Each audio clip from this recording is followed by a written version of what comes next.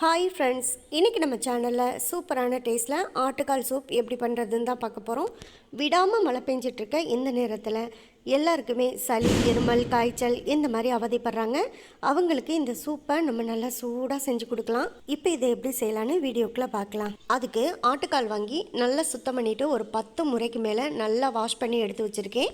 ஆட்டுக்காலை முதல்ல வேக வச்சுக்கணும். அதுக்காக ஒரு குக்கரில் சேர்த்துட்டு 3/4 ஸ்பூன் மஞ்சள் தூள், கூடவே கொஞ்சம் கல் உப்பும் சேர்த்துட்டு இப்போ இந்த ஆட்டுக்காலை வேக வைக்கிறதுக்கு தேவையான அளவு தண்ணி சேர்த்துக்கலாம். இப்போ கரண்டி வச்சு லைட்டாக கலந்து விட்டுக்குங்க. இந்த ஆட்டுக்கால் எல்லாமே தண்ணியில் மூழ்கிற அளவுக்கு இருந்தாலே போதும். இதோட குக்கரை நம்ம க்ளோஸ் பண்ணிவிட்டு விசில் போட்டு 8லேருந்து 10 விசில் வர வரைக்கும் நம்ம வெயிட் பண்ணலாம். ஆட்டுக்கால் வேகிறதுக்கு கொஞ்சம் நேரம் எடுக்கும். அதனால் குறைஞ்சபட்சம் 8 விசிலாவது வச்சுக்கோங்க. அப்போ தான் ஆட்டுக்கால் நல்லா சாஃப்டாக வெந்து வரும். அடுத்ததாக ஸ்டவ்வில் ஒரு பாத்திரத்தை எடுத்து வச்சு 4 ஸ்பூன் அளவுக்கு எண்ணெய் சேர்த்துக்கோங்க. எண்ணெய் சூடானதுமே 2-3 துண்டு பட்டை, 2 கிராம்பு, 2 நட்சத்திரப்பூ, 2 ஏலக்காய், கூடவே கொஞ்சம் சோம்பு சேர்த்து நல்லா பொரிய விட்டுக்குங்க. இது கூட 4 காஞ்ச மிளகா, 4 மீடியம் சைஸ் பெரிய வெங்காயத்தை நீள் வாக்கில் இந்த மாதிரி கட் பண்ணிவிட்டு சேர்த்துக்கோங்க. கூடவே 4 பச்சை மிளகாயும் சேர்த்துக்கலாம்.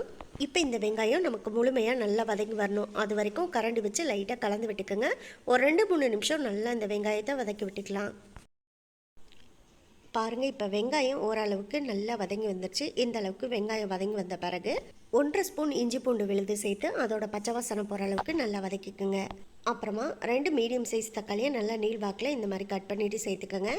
கூடவே கொஞ்சம் கல் உப்பும் சேர்த்து தக்காளியை வதக்குனீங்கன்னா தக்காளி நல்லா சாஃப்டாக சட்டுன்னு வதங்கி வந்துடும். தக்காளி வதங்குற வரைக்கும் ஒரு 2 நிமிஷத்துக்கு மட்டும் மூடி போட்டு மூடி வச்சு 2 நிமிஷம் கழிச்சு நம்ம மூடியை ஓப்பன் பண்ணி பார்த்து கரண்டி வச்சு கலந்து விட்டோம்னா தக்காளி நல்லா வதங்கி வந்துடும். இப்போ இதில் மசாலாலாம் சேர்த்துக்கலாம். 1 ஸ்பூன் அளவுக்கு தனி மிளகாய் தூள், 1/2 ஸ்பூன் மல்லித்தூள், 1 ஸ்பூன் மிளகுத்தூள், 1 ஸ்பூன் சீரகத்தூள், 1/2 ஸ்பூன் கரம் மசாலா. இப்போ இந்த மசாலாவோட பச்சை வாசனை போகிற அளவுக்கு நல்லா ஒரு முறை வதக்கி விட்டுக்கணும்.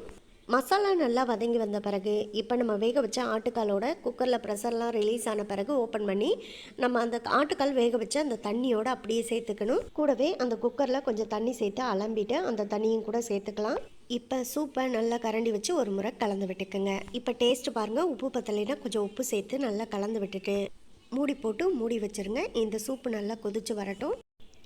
பாருங்கள், இப்போ ஆட்டுக்கால் சூப்பு நல்லா கொதித்து வந்தோடனே நம்ம மூடியை ஓப்பன் பண்ணிக்கலாம். அவ்வளோதான். லாஸ்ட்டாக ஒரு 2 நிமிஷம் ஸ்டவ்வை மீடியம் ஃப்ளேமில் வச்சு சூப்பை கொதிக்க விட்டுக்கோங்க. சூப்பரான ஆட்டுக்கால் சூப் ரெடியாகி வந்துடுச்சு. கடைசியாக வாசனைக்காக கொஞ்சம் கொத்தமல்லி தலையும் பொடி பொடியாக கட் பண்ணிவிட்டு சேர்த்து நல்லா ஒரு முறை கலந்து விட்டுட்டு அதோட ஸ்டவ் ஆஃப் பண்ணிடுங்க. அவ்வளோதான். ரொம்ப ரொம்ப டேஸ்ட்டான ஆட்டுக்கால் சூப் ரெடி. கண்டிப்பாக நீங்களும் ட்ரை பண்ணி பாருங்கள். நம்ம சேனலை மறந்துடாமல் சப்ஸ்கிரைப் பண்ணிக்கோங்க.